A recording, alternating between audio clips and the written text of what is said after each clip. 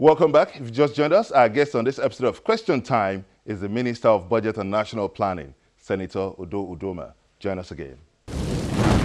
Now, let's look at some of the possibilities in the 2016 budget, which also include a fallout from currency adjustments and restrictions. What are the possibilities here? Well, the rise in food prices is not as a result of the budget. The two are not linked. The budget is as a result of the economic realities. Yes, the rise in food prices is one of the things that we're trying to address in the budget. The budget is not the cause of it. Now, what safety net of palliative would you be introducing as a result of these possibilities? We have $500 billion allocated for social intervention projects. This is unprecedented for any administration to set aside that amount of money to try and make sure that the most vulnerable are looked after. This social intervention fund has a number of elements. One of the elements is a recruitment for 500,000 teachers, 500,000 young graduates will be trained, and we will use them, they will have an opportunity to be teachers as a means of providing employment for them and solving a problem of shortage of teachers. We'll also have artisans who will be employed. We'll also have a revolving loan scheme for over 1 million market women and artisans. We'll also have a school feeding program, which we will work in collaboration with the states.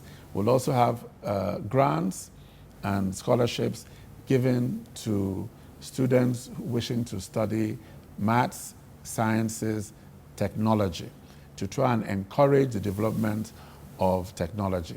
So that is unprecedented, and it's there in the budget. Let's examine the budget implementation cycle. Will there going to be restrictions, or is it going to run for the full calendar year?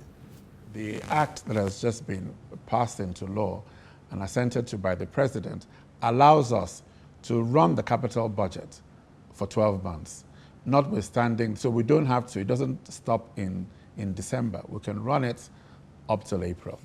Could you shed more light on the priority areas you've highlighted, interior, power, works and housing, and also the transport sector? Could you shed more light on why they are the priority areas? We have priorities reflected in the capital budget, priorities reflected in the recurrent budget. Now, with the recurrent budget, the focus of the recurrent budget was security, which we voted a large amount of money for defense and for interior, including the police. Because first of all, you have to secure your nation and secure your people before you can even talk about development at all. And you know we have challenges, particularly in the Northeast.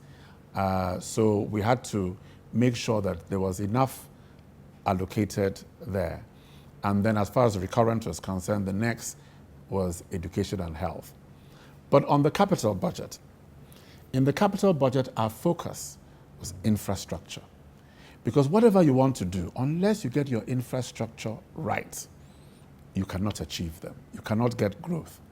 I recall the visiting years ago when I was chairman of the Appropriation Committee of the Senate.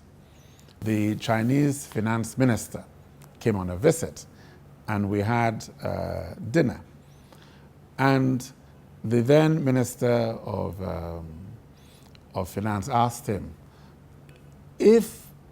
for us to reproduce and to recreate what China has achieved, what are the three things that you think we should focus on?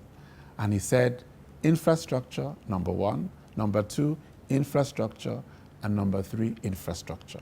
Now, you're pegging this budget on an oil benchmark of $38 per barrel. Isn't that rather too conservative?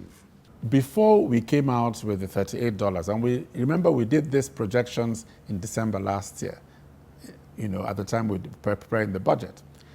We did extensive consultation. The Ministry of Petroleum had extensive consultation, and we came up with a price that we thought was actually conservative. So far, recent events suggest that we're probably right in $38, because right now the price is, I believe, about $45 and still rising. So $38 seems to be a reasonable price, a reasonable price to use. Now, when we talk of stimulating the economy, with the current drop in the oil production per day, which slumps from 2.2 million barrels per day to now an estimate of 1.5 million barrels per day, how does that stimulate the economy? Would this not be affecting the budget? If it is short term, no, we will be able to make up. The disruptions, the reason for the fall from 2.2 to 1.5 are really the disruptions that we've been having in the Niger Delta.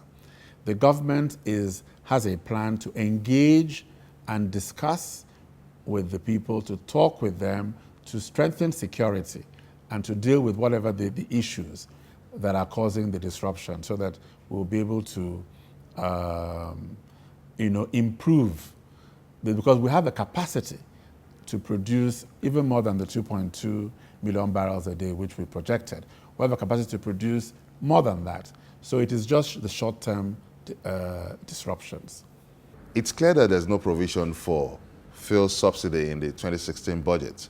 Could you shed more light on this? Yes, basically at the time we were doing the budget, we were challenged by the very low revenues and the various things that we had to do to reflate the economy. So when we looked at the issue of oil subsidy, how do we finance it?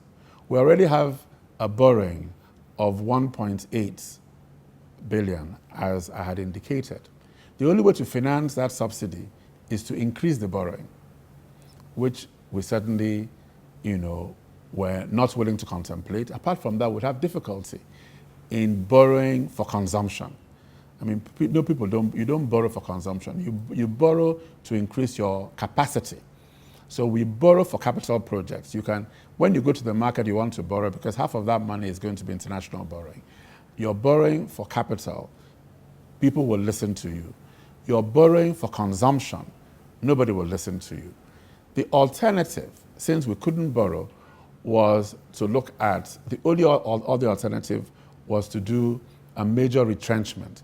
We have about 1.8 trillion set aside for payroll for the federal government, for paying the workers.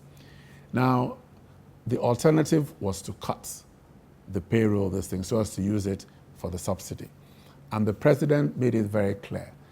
He was not willing to support, and nobody should contemplate, and as an administration, we're not even willing to contemplate it. The campaign was not to go and retrench. Not at this time. At this time when things are already very, very difficult. So retrenchment of this thing was certainly not something that we were willing to contemplate. So consequently, the only way out was not to provide for it. And in the first few months, we didn't have a real problem because oil prices were low. They were very low, so there wasn't really any subsidy. It's when the oil price now went up, we now faced this challenge, compounded with the fact that, as you indicated, oil production went down, to 1.5 million barrels. So we had a foreign exchange crunch. The foreign exchange, even to pay for the imports, became a challenge. So the reason there's no subsidy and the reason we have deregulated is really because we had no choice. If we had a choice, if there was an alternative, I can assure you, the president would have preferred whatever alternative. But really, we don't have a choice.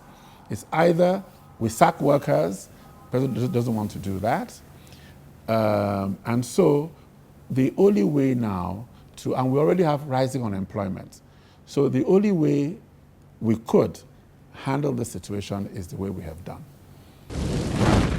You may also join us in this conversation by sending us your comment on our various social media platforms showing on your screen. Coming up on Question Time, How does the adopted zero budgeting system apply to the 2016 Appropriation Act? Find out from the Minister of Budget and National Planning after the break.